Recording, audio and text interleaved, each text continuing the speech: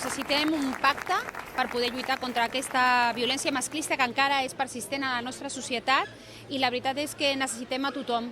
I en aquest sentit, per primer cop, en aquests actes que organitzem conjuntament l'Ajuntament amb el Consell Municipal de les Dones i les entitats de dones que tenim, hem volgut mostrar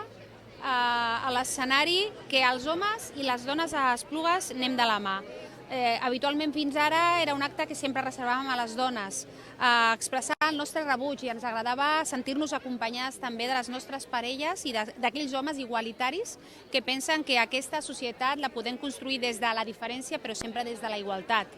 I en aquesta ocasió hem pensat que no, que necessitàvem més,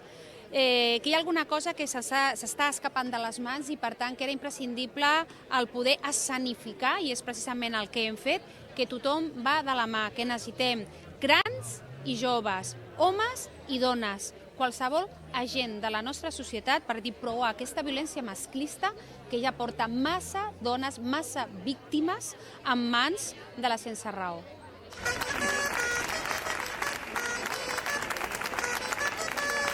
Ens hem adherit al 25N d'avui perquè creiem que volíem fer un pilar de dones però conjunt amb homes, perquè creiem que tant és un maltractament d'homes i de dones. I volíem fer aquest pilar com a pinya, com a pilar, o sigui, nosaltres, els castellers, sempre ho expressem així, amb pilars, amb castells, i